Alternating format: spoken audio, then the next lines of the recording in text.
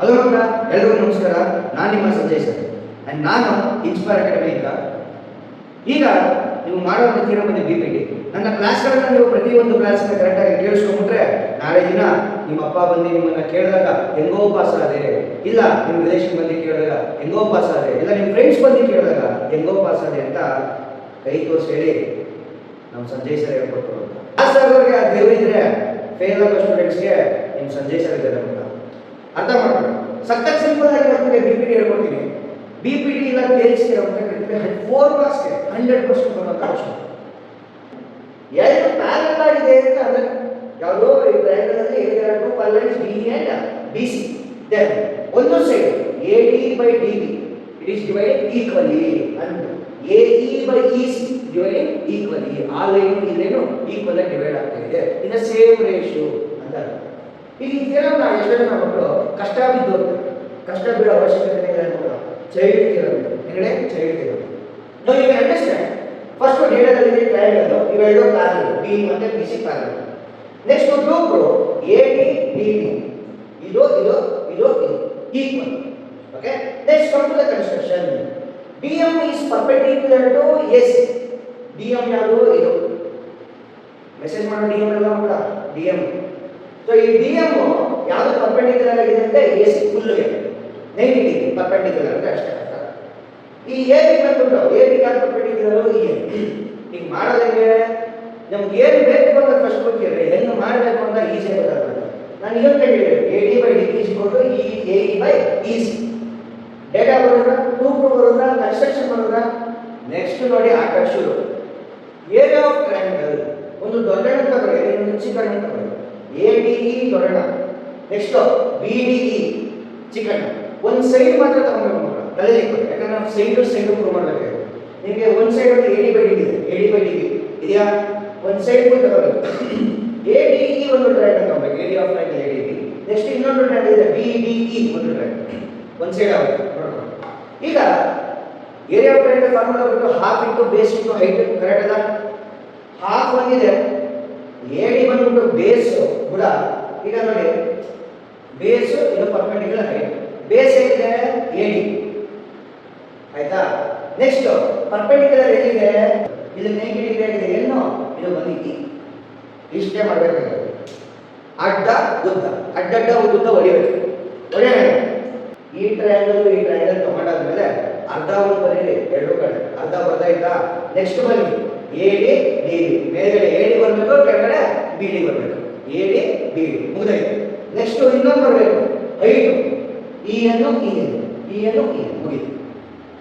ತಿರ್ಗಾ ಏನು ಅರ್ಧ ಹೊರಹಾಕಿ ಒಂದು ಸೈಡ್ ಬಂತ AD/DB ಬದಿ AD/DB, ಇನ್ನೊಂದು ಆ ಕಡೆ ಬರಬೇಕು. ನೆಕ್ಸ್ಟ್ ಏನಿದೆ ಈ ಸೈಡ್ ಬರಬೇಕು, AE/EC ಬರಬೇಕು.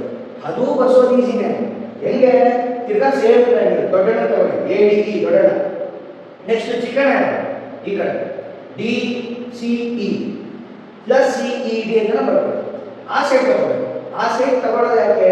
ನಮಗೆ ಪ್ರೂವ್ ಮಾಡಬೇಕು AE/EC ಬರಬೇಕು. ಆಯ್ತಾ? ನೋಡಿ ಒಂದು ಅರ್ಧ ಬರೀರಿ, ಮೇಲೆ ಕೆಳಗೆ ಅರ್ಧ ಹಾಫ್. ಒಂದು ಸೈಡ್ AE ಬರೀದ್ರೆ ಒಂದು ಸೈಡ್ ನೆಕ್ಸ್ಟ್ ಇನ್ನೊಂದು ಸೈಡು EC. ಈಗ 90 ಡಿಗ್ರಿ ಯಾವ್ದಿರೋದು? 90 ಡಿಗ್ರಿ ಯಾವ್ದಿರೋದು? DM ಇದೆಯಾ? ತಿರ್ಗಾ DE ಕ್ಯಾನ್ಸಲ್ ಮಾಡಬೇಕು. DM ಎಲ್ಲೆಲ್ಲ ಅರ್ಧ ಹೊಡೆದಾಕಿ DM ಹೊಡೆದಾಕಿ ಒಳಗಡೆ AE/EC ಬಂದ. ಇಫ್ AE/EC ಬಂತು ಅಂತಂದ್ರೆ ಅರ್ಥ ಏನು? ಎರಡು ಟ್ರಯಾಂಗಲ್ ಈ ಸೈಡು ಎರಡಕ್ಕೂ ಸೇಮ್ ಬೇಸ್ ಇದೆ. ಯಾವ ಬೇಸು DE. ನೆಕ್ಸ್ಟ್ ಇದು ಮತ್ತೆ ಇದನ್ನ ಈಕ್ವೇಟ್ ಮಾಡಿಬಿಟ್ರೆ ನಿಮ್ಮ ಕ್ವಶನ್ ಅಲ್ಲಿ ಏನಿದೆಯೋ ಅದನ್ನೇ ಸೀದಾ ಬರೀ. ಇಷ್ಟೇ enjoy. Okay, next 4 marks to very important theorem ಮಕ್ಕಳ. In two triangles, if the corresponding angles are equal, then the corresponding sides should be proportion. Then prove that the triangles are similar. ಇದು very ಸಖತ್ simple ಮಕ್ಕಳ. Concept ಹೇಳ್ಬಿಡ್ತೀನಿ ನೋಡಿ. ಇದೊಂದು triangle. First ಏನ್ ಮಾಡ್ಬೇಕು ಅಂದ್ರೆ ಈ ಟ್ರಯಾಂಗಲ್ ಮತ್ತೆ ಈ ಚಿಕ್ಕ ಟ್ರಯಾಂಗಲ್ ನ ಕಾಂಗ್ರುಯೆಂಟ್ ಅಂತ ಪ್ರೂವ್ ಮಾಡ್ಬಿಡ್ಬೇಕು. ಕಾಂಗ್ರುಯೆಂಟ್ ಅರ್ಥ ಏನು?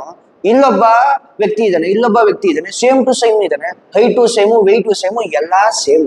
ಸಿಮಿಲರ್ ಅಂತ ಅಂದ್ರೆ ಸೇಮ್ ಟು ಸೇಮ್ ಇದ್ದಾನೆ ಅಂದ್ರೆ ಹೈಟು ವೆಯ್ಟು ಎಲ್ಲ ಸ್ವಲ್ಪ ಚೇಂಜ್ ಇರುತ್ತೆ ಅಂತ ಅರ್ಥ. ಸೊ ನೆಕ್ಸ್ಟ್ ಕಮ್ ಡೇಟಾ ಬಂದ್ಬಿಟ್ಟು ಇದೊಂದು triangle angle A angle D equal angle B angle E equal angle C angle F equal ಅಷ್ಟೇ ಬರ್ದಾಕ್ಬಿಡಿ. ಪ್ರೂವ್ ಏನ್ ಮಾಡ್ಬೇಕು, ಈ ಸೈಡು ಕೆಳಗೆ ಎಲ್ಲ ಈಕ್ವಲ್ ಅಂತ ತೋರಿಸ್ಬೇಕು. A B by D B C by F A C by D F ಅದನ್ನ prove ಮಾಡ್ಬೇಕು. ನೆಕ್ಸ್ಟ್ ಕನ್ಸ್ಟ್ರಕ್ಷನ್ ಏನ್ ಮಾಡ್ತೀರಾ, ಇನ್ನೊಂದು ಪಾಯಿಂಟ್ ಎಕ್ಸ್ಟ್ರಾ ಬರ್ಕೋಬೇಕು. ಪಿ ಮತ್ತೆ ಕ್ಯೂ ಡಿ ಮೇಲೆ, ಕ್ಯೂ ಬಂದ್ಬಿಟ್ಟು ಈ ಡಿ ಎಫ್ ಮೇಲೆ, ಇಷ್ಟು ಬರ್ದಾದ್ಮೇಲೆ ನೆಕ್ಸ್ಟ್ ಪ್ರೂಫ್. ಏನ್ ಪ್ರೂಫು, ನಾನು ಆಗ್ಲೇ ಹೇಳ್ದಂಗೆ ಈ ಟ್ರಯಾಂಗಲ್ ಮತ್ತೆ ಈ ಚಿಕ್ಕ ಟ್ರಯಾಂಗಲ್ ಕಾಂಗ್ರುಯೆಂಟ್ ಅಂತ ತೋರಿಸ್ಬೇಕು, ಒಂದೇ ತರ ಇದಾರೆ ಅಂತ. ಸೊ ಕಾಂಗ್ರುಯೆಂಟ್ ಅಂತ ತೋರ್ಸಕ್ಕೇನು, ಇದು ಎ ಮತ್ತೆ ಡಿ ಈಕ್ವಲ್ ಫಸ್ಟ್ ಬರ್ದಾಕಿ. ನೆಕ್ಸ್ಟ್ ಈ ಸೈಡು ಈಕ್ವಲ್, ಈ ಸೈಡು ಈಕ್ವಲ್ ಆಗೋಯ್ತಾ. ಅದಾದ್ಮೇಲೆ by C P C T ಏನಂತ ಬರೀತೀರಾ, ಎರಡು ಟ್ರಯಾಂಗಲ್ ಕಾಂಗ್ರುಯೆಂಟ್ ಆಗಾದ್ಮೇಲೆ B C is equal to P Q, ಈ base P Q equal.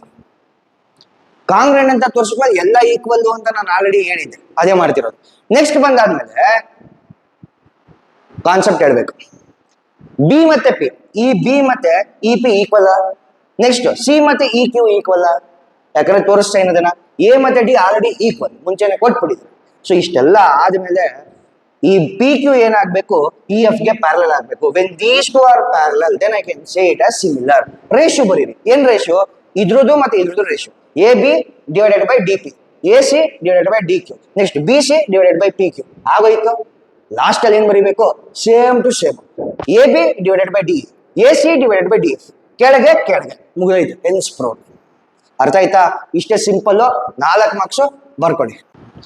Next 3 marks very important question ಮಕ್ಕಳ. ಇದರಲ್ಲಿ ಫಸ್ಟ್ ಥಿಯರಮ್ ಬಂದು ಇದು, if the length of the tangent drawn external point of the circle then they are equal. ಅಂದ್ರೆ ಈ external point ಆಚೆ ಇದೆ, circle ಇಂದ ಆಚೆ, ಇದು ಮತ್ತೆ ಇದು ಏನಾಗ್ಬೇಕಂದ್ರೆ ಟ್ಯಾಂಜೆಂಟ್ ಅಂತ. ಆಯ್ತಾ? ಅವೆರಡು ಈಕ್ವಲ್ ಅಂತ ತೋರಿಸಿ ಅಂತ ಹೇಳ್ತಾ ಇದ್ದಾರೆ. Very simple. ಈಗ ಗಿವನ್ ಅಲ್ಲಿ ಏನ್ ಬರೀಬೇಕು, ಓ ಬಂದಿ ಒಂದು ಸೆಂಟರ್, ಪಿ ಬಂದಿ ಆಚೆ ಇದೆ, ಅದಕ್ಕೆ ಎಕ್ಸ್ಟರ್ನಲ್ ಪಾಯಿಂಟ್. ನೆಕ್ಸ್ಟ್ ಇದು ಮತ್ತೆ ಇದು ಎ ಪಿ ಬಿ ಪಿ ಏನು ಟ್ಯಾಂಜೆಂಟ್ ಆಗೋಯ್ತು. ಏನ್ ಪ್ರೂವ್ ಮಾಡ್ಬೇಕು, ಇದು ಮತ್ತೆ ಇದು ಈಕ್ವಲ್ ಅಂತ ತೋರಿಸ್ಬೇಕು ಅಷ್ಟೇ.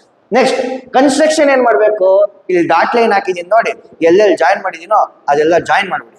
ನೆಕ್ಸ್ಟ್ ಪ್ರೂಫ್, ಇದೊಂದು ಟ್ರಯಾಂಗಲ್ ಮೇಲೆ ಕೆಳಗೆ, ಈ ಮೇಲೆ ಕೆಳಗೆ ಏನೇನ್ ಸೇಮ್ ಇದೆ ಅದನ್ನ ಕರೆಕ್ಟ್ ಆಗಿ ಬರೀಬೇಕು.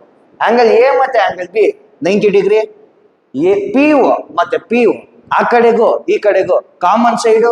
ನೆಕ್ಸ್ಟ್ ಇನ್ನೇನಿದೆ, ಈ ಓ ಎ ಮತ್ತೆ ಓ ಬಿ ಎಂತಕ್ಕೆ ಈಕ್ವಲ್, ಅದು ಸೇಮ್ ರೇಡಿಯೈ. ಸರ್ಕಲ್ ಮೇಲೆ ನೀವು ಸೆಂಟರ್ ಇಂದ ಯಾವುದೇ ಪಾಯಿಂಟ್ ಬರೀರಿ, ಇಟ್ ಬಿಕಮ್ಸ್ ಈಕ್ವಲ್. ಇಷ್ಟು ಬರೋದೈತಾ? ಹಂಗಂದ್ಮೇಲೆ ಏನಂತ ಕರಿಬೋದು, ಇಟ್ ಈಸ್ ಕಾಂಗ್ರುಯೆಂಟ್. ಈ ಕಾಂಗ್ರುಯೆಂಟ್ ಹಾಕ್ಬಿಟ್ಟು ಏನ್ ಬರಿಬೋದು, this and this are equal ಅಷ್ಟೇ, ಮುಗಿದೈತು. Next the tangent at any point of the circle is perpendicular to the radius to the point of contact. ಅಂದ್ರೆ ಅರ್ಥ O P should be perpendicular to X Y. ಇದನ್ನು perpendicular ಅಂತ ತೋರಿಸ್ಬೇಕು ಅಷ್ಟೇ. ಹೆಂಗ್ ತೋರಿಸ್ತೀರಾ, ಫಸ್ಟ್ ಗಿವನ್ ಬರೀರಿ, ಏನು ಎಕ್ಸ್ ವೈ ಒಂದು ಟ್ಯಾಂಜೆಂಟ್, ಇದು ಸರ್ಕಲ್, ಓ ಬಂದಿ ಸೆಂಟರ್, ಪಿ ಬಂದಿ ಪಾಯಿಂಟ್, ಕ್ಯೂ ಬಂದಿ ಸರ್ಕಲ್ ಇಂದ ಆಚೆ ಇರೋ ಪಾಯಿಂಟ್. ಕನ್ಸ್ಟ್ರಕ್ಷನ್ ಅಲ್ಲಿ ಅದೇ ಬರೀಬೇಕು. ನೆಕ್ಸ್ಟ್ ಪ್ರೂಫ್ ಹೋಗೋಣ. ಈ ಪ್ರೂಫ್ ಅಲ್ಲಿ ಏನಿದೆ ಒಂದ್ ಅರ್ಥ ಮಾಡ್ಕೊಳ್ಳಿ. ಈಗ ನೋಡಿ, O R is less than O Q, correct ಅಲ್ವಾ?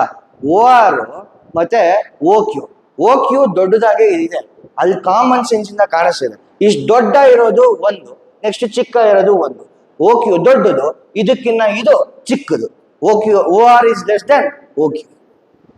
ನೆಕ್ಸ್ಟ್ ಓ ಪಿ ಮತ್ತೆ ಓ ಆರ್ ಈಕ್ವಲ್. ಯಾಕೆ? ನಾನು ಆಗ್ಲೇ ಹೇಳಿದೆ, ಸೆಂಟರ್ ಇಂದ ನೀವು ಯಾವುದೇ ಪಾಯಿಂಟ್ ಡ್ರಾ ಮಾಡಿ ಈಕ್ವಲ್ ಆಗೇ ಆಗುತ್ತೆ. So that is why O P is equal to O R.